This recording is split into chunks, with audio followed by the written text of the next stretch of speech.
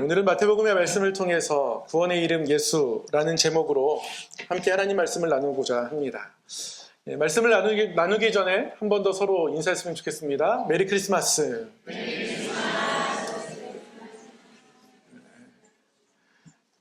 한 번 더 이렇게 좀 길게 인사했으면 좋겠는데요.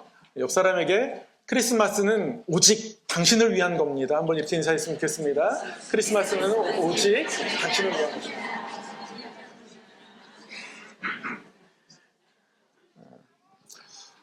우리 교학교 친구들 산타한테 선물 좀 받으셨어요? 네, 받았어요? 못 받았어요? 네, 얼굴 표정들을 보니까 빵긋빵긋한 거 보니까 그래도 뭐라도 받은 것 같습니다. 네, 예수님의 탄생은 우리에게 아주 귀한 선물입니다. 그리고 결론부터 말씀드리자면 우리에게뿐 아니라 온 세상을 위한 선물이기도 합니다. 그래서 우리가 지금 들었던 크리스마스는 오직 당신만을 위한 겁니다. 이것을 누구에게나라도 말할 수 있는 그런 날이 와야 할 줄로 믿습니다. 여러분, 가족 오락관 혹시 기억하시죠? 가족 오락관이 어떤 프로그램인지 모르는 친구들도 많을 텐데 몰라도 상관없습니다. 이 가족 오락관에서 했던 그 게임이 최근 예능에서도 보니까 자주자주 하더라고요. 그 귀에 헤드폰을 딱 쓴 다음에 아무것도 들리지 않게 하고 앞사람의 입모양을 보고서 어떤 말을 들었는지 그걸 그대로 이제 옮겨야 하는 거예요. 그래서 칙칙폭폭 이란 말을 들었으면 칙칙폭폭 듣고 옮겨야 되는데 시시벌벌 이렇게 이제 이상하게 옮겨지는 거죠.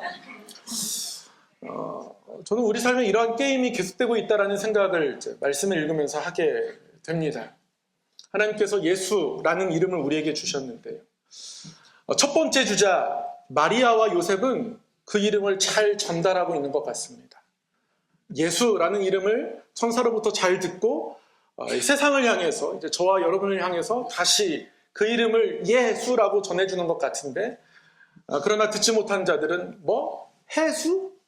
또는 재수? 이런 식으로 듣게 되는 모습들을 삶 속에서 보게 되더라는 것이죠.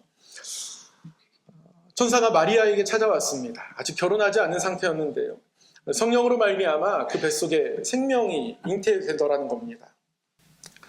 사실 결혼하지 않은 여자가 뱃속에 아이를 갖는다는 것은 결혼할 약혼남 요셉에게 있어서는 내가 파혼을 맞을 수 있겠구나라는 위기이기도 하고요. 사회적으로는 엄청난 지탄을 받을 만한 일이었습니다. 생각해보면 왜 예수님이 이 땅에 오실 때에 이러한 모습들로 오셨을까? 이러한 과정을 겪으셨나?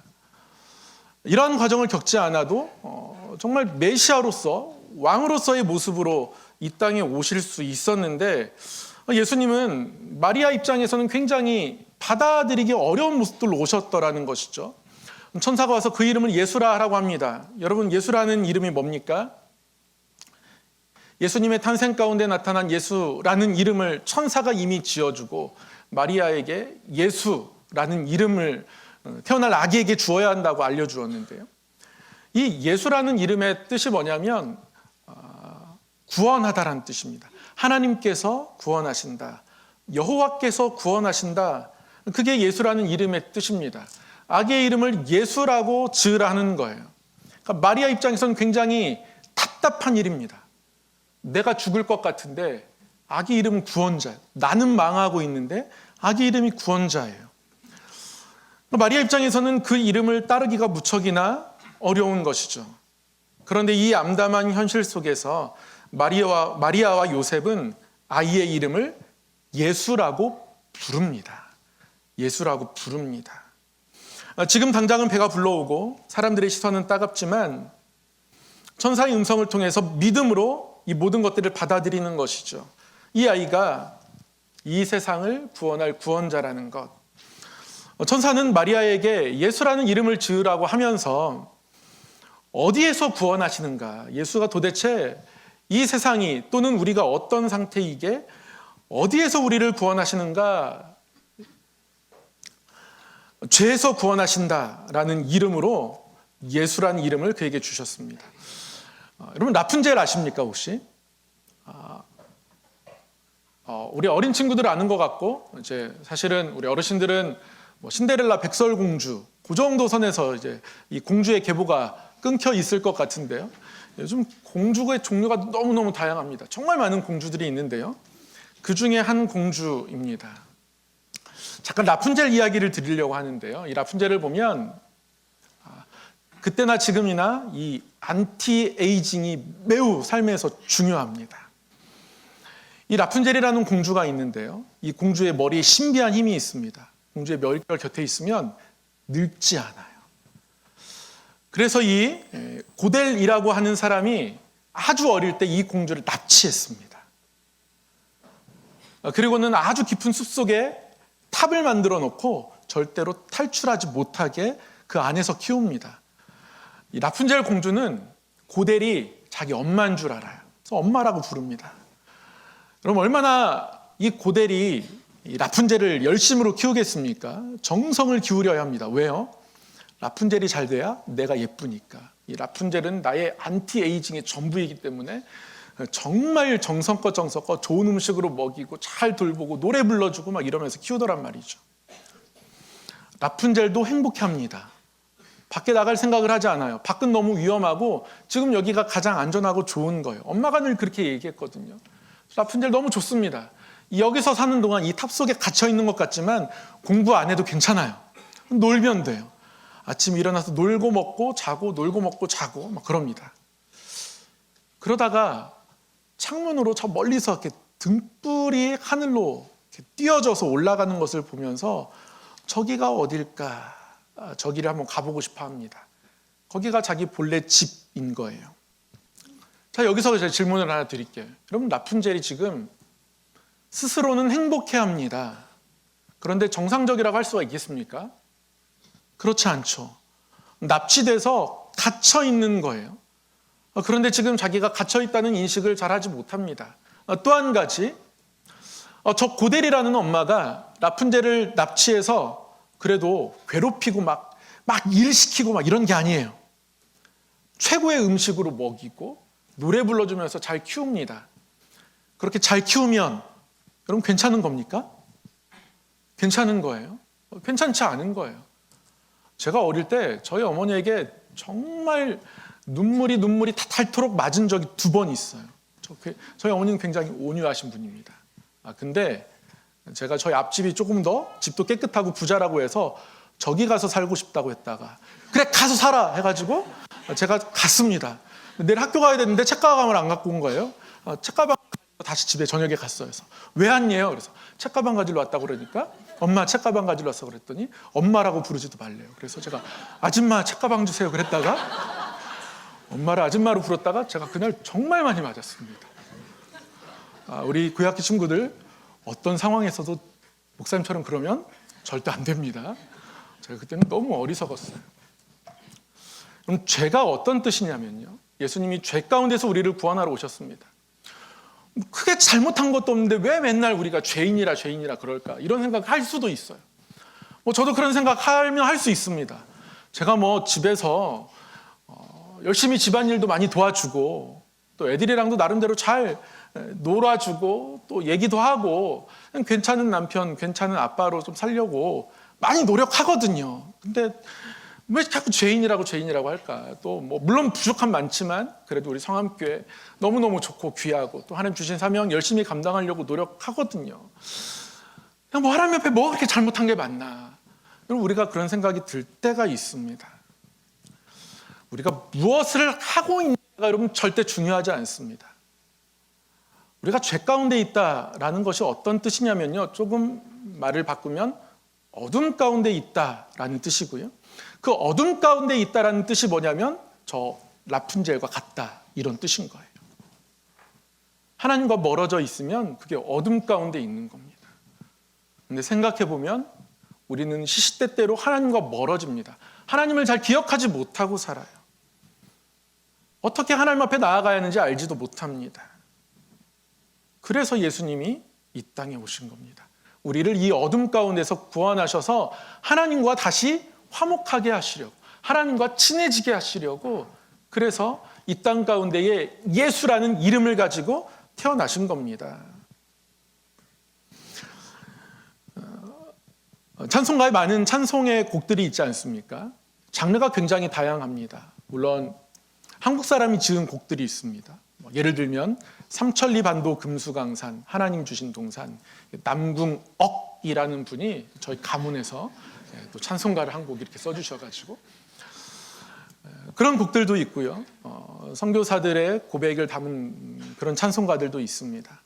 근데 선교사들이 이제 복음 전하면서 복음을 이들 가운데 심어주려면 여러분 뭐가 제일 좋겠습니까?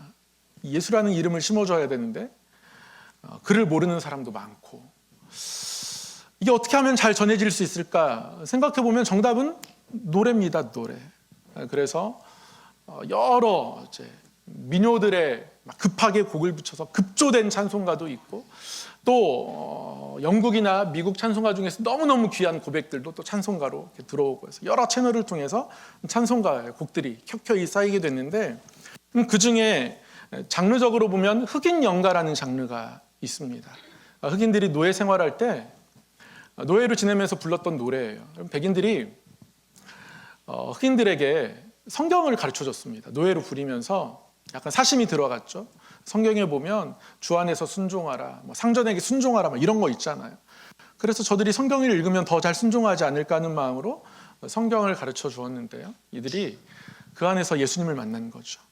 그래서 어려운 노동을 하면서 일을 하면서 아프리카에서 많은 노예들이 이제 신대륙으로 팔려왔습니다. 노예로 온 거예요. 근데 이제 아프리카 그들의 원래 땅에서 원주민들이 불렀던 노래들이 있습니다. 전 음악적으로는 잘 모르지만 5음계로 되어 있대요. 펜타토닉이라고 하는 5음계로 되어 있는 원래 아프리카 토중 음악이 있고 이게 나중에 이제 재즈나 블루스의 음악으로 발전했다고 하는데요. 이 흑인들이 늘 아픔 당하면서도 배를 저으면서도 또는 어려운 일들을 하면서도 노래를 불렀다는 거예요. 하나님이 우리를 구원하실 것이라는 노래. 그런 것들이 이제 찬송가에 담겨 있습니다. 예를 들면 그런 거죠. 나 가나안 땅의 귀한 성에 들어가려고 길이 살겠네, 길이 살겠네, 저 생명 시냇가에 살겠네. 하나님 나라를 바라보며 그들이 굉장히 아름다운 목소리로 그 흑인 특유의 목소리가 있지 않습니까? 노래했던 거죠. 여러분 나 같은 죄인 살리신 어메이징 그레이스 세계적인 명곡입니다. 물론 이 노래의 가사를 쓴 분은 노예를 운반하는 어떤 노예 운반선의 선장이었다가 큰 폭풍우를 만난 다음에 회개하고 이제 돌아서서 노예 해방 운동을 했던 분이고요. 그분이 그런 곡을 썼고 이 곡이 이제 나중에 스코틀랜드 민요에 붙어서 어메이징 그레이스라는 명곡이 되었는데 근데 이 곡의 곡조 또한 흑인 연가로부터 왔다는 설도 있습니다. 흑인 연가와 음계가 너무 비슷하기 때문에 그렇다고 하는데요. 중요한 건 흑인들이 어려움 가운데서도 늘 예수 그리스도를 노래했더라는 겁니다. 계속 노래하는 거예요. 이 노래를 통해서 그 이름이 잊혀지지 않게 되었습니다. 그리고 선교사들을 통해서 그 노래가 우리에게 가르쳐주고 복음이 전해지고 그래서 마리아도 노래했고요. 선교사들도 노래했고요. 우리도 그래서 예배 때마다 노래합니다. 그리고 오늘 또 예수님의 오심을 기억하면서 우리 연합 찬양대가 정말 열심히 주일날 집에 갈 생각들을 안 하시더라고요. 저는 다 끝났나 보다 그랬는데 5시인데 쉬는 시간이래요. 다시 또 쉬었다 또 하는 거예요. 저 같으면 쉬는 시간 나와가지고 좀 늦게 들어가는데 늦게 들어가는 사람이 한 명도 없어요. 시작했대 그러면 다 같이 쫙 들어가가지고 다시 연습하시더라고요. 정성껏 준비해서 하나님께 찬양합니다. 우리가 찬양하는 이유는 우리에게 주신 이름이 너무 귀하기 때문에 그렇습니다. 예수, 자기 백성을 구원할 자. 하나님께서 우리를 구원하신다. 어디에서요? 죄에서, 어두움에서. 인간에게 가장 큰 비극은 내가 어디에서 왔는지 알지 못할 때입니다. 그래서 인간은 누구나 고향을 그리워하고요. 또 본능적으로 부모를 사랑하게 되어 있습니다. 거기서 끊어지면 그건 인간에게 너무나 큰 비극입니다. 영적으로 보면 우리가 하나님께로부터 끊어지면 그것은 너무나 큰 비극입니다. 때문에 점점 어두워져가는 이 땅 가운데 점점 예수라는 이름이 잊혀져가는 이 땅 가운데 마리아는 예수라는 이름을 결국 순종하며 자신의 뱃속에 있는 아이의 이름으로 삼았습니다. 믿음으로 그렇게 한 것이죠. 전혀 그럴 징조는 없습니다. 왕궁에서 태어난 것도 아니고요. 예수님이 태어날 때 많은 사람들이 찾아온 것도 아닙니다. 동방박사 몇 명, 들판에서 정말 하찮은 목자들 몇 명 왔을 뿐입니다. 예수라는 이름을 갖기에 합당하지 않지만 하나님의 말씀에 의지해서 예수라는 이름을 이 아이에게 붙였고, 그렇게 그 복음의 메시지를 그녀의 삶으로 노래로 이어가는 거예요. 그렇게 이어져서 지금까지 온 겁니다. 우리가 그 노래를 이어갈 수 있었으면 좋겠습니다. 아까 말씀드렸던 헤드폰 쓰고 어떤 단어를 계속 잘 이어가야 하는데, 여러분, 내가 끊어지면 끊어지게 되는 거예요. 이 자리에 함께한 우리 모든 성함의 성도님들 마음 가운데 이 예수라는 이름이 너무 소중하고, 그래서 우리에게 노래할 이유가 되어지고, 그 예수님을 노래하면서 고백하면서 살아가는 믿음의 고백들이 저와 여러분에게 있기를 주의 이름으로 축원합니다. 기도하겠습니다. 사랑의 하나님 아버지, 마리아가 하나님의 약속을 신뢰하며 뱃속에 주신 아이의 이름을 예수라 불렀던 것처럼 우리 또한 하나님의 사랑을 바라보고 신뢰하며 하나님의 구원을 노래하며 이 예수라는 이름, 이 고백을, 이 이름을 잃어버리지 않고 이 땅 가운데서 살아가기를 원합니다. 믿음 더하여 주시고 세상의 거친 풍파 속에서도 어두움 속에서도 예수 그리스도라는 이 이름을 잊지 않고 살아가는 믿음의 권속으로 세워 주시옵소서. 이 시간 우리 연합찬양대가 우리에게 주신 너무나 소중한 이름, 그 구원의 이름 예수 그리스도를 노래할 때에 이 노래가 우리 모두의 노래가 되게 하시고 우리 삶의 고백이 되게 하여 주셔서 이 예수라는 이름이 이 땅 가운데서 끊어지지 않게 하여 주시옵소서. 우리 주 예수 그리스도의 이름으로 기도드리옵나이다. 아멘.